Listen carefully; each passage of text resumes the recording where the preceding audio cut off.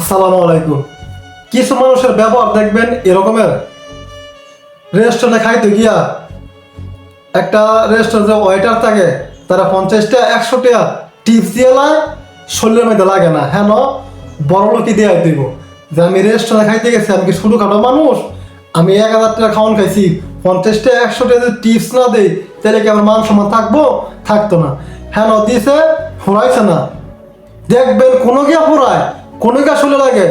Risk কলাই যদি 50 টাকার বাড়া, ফার্স্ট 50 টাকা চায়, 60 টাকা চায়, হ্যাঁ আমি যদি বলে মহাভারত অশুদ্ধ জায়গা, রিস্ক কলারে নাইমা হ্যাঁ বাপ মারে শুদ্ধা গালি দেয়, গালি ইমন মিলে গালি দিব, তার বংশ শুদ্ধা ডরে কাঁপব। রিস্ক কলাই যে কষ্ট কইরা সেফলি আপনারা ডাইভ কইরা আপনার গন্তব্যে পৌঁছাই দিছে, খুশি হয়ে গেলে 10 টাকা বেশি দিয়ালাম। বর্তমান সময় কি 10 টাকা কোনো টেয়া, 10 টাকা দিয়ে একটা চিপস না বর্তমান সময় গেলে পাওয়া যায় না। আর সেখানে একটা রিস্কা চালক পরিশ্রম করে আপনারা কোনো মানে ব্যথা না দিয়া কিংবা অ্যাক্সিডেন্ট হয় নাই, আপনাকে নিরাপদে গন্তব্যে পৌঁছাই দিছে, তাইলে হ্যাঁ 10 টাকা বেশি দিলে আপনার শরীরে ফোরাই কিনলে যায়।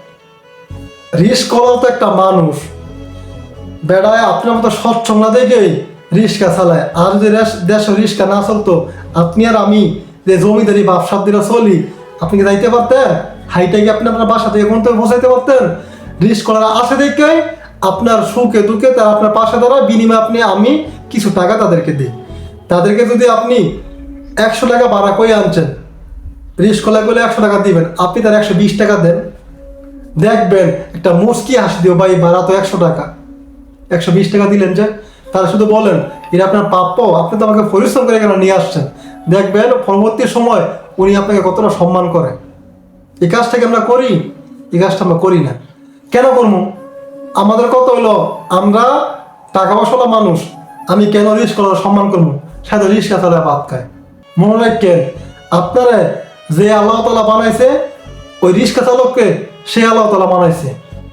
এমন হইতে পারে আপনার চেয়ে বেশি প্রিয় আল্লাহ তাআলার কাছে ওই রিস্কওয়ালা, তার কিছু ভালো আমলের কারণে আপনি দেশে সমাজে কোটিপতি, কিন্তু আল্লাহর কাছে আপনার দাম সবার নিচে, রিস্কওয়ালার দাম সবার উপরে।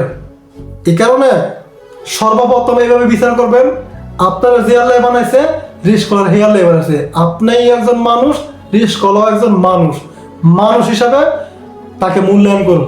দেখবেন সমাজ থেকে আপনার মন থেকে অহংকার উঠতে দেবো গা। আল্লাহ তাআলা আপনার মনে খালি প্রশান্তি দিব, শান্তি বসবাস করার মতন জিনিস আপনার মনের ভিতরে ঢুকাই দিব। আমি যে কথাগুলো বললাম, কতগুলো সত্য নাকি মিথ্যে এটা আপনার সকলেই জানেন।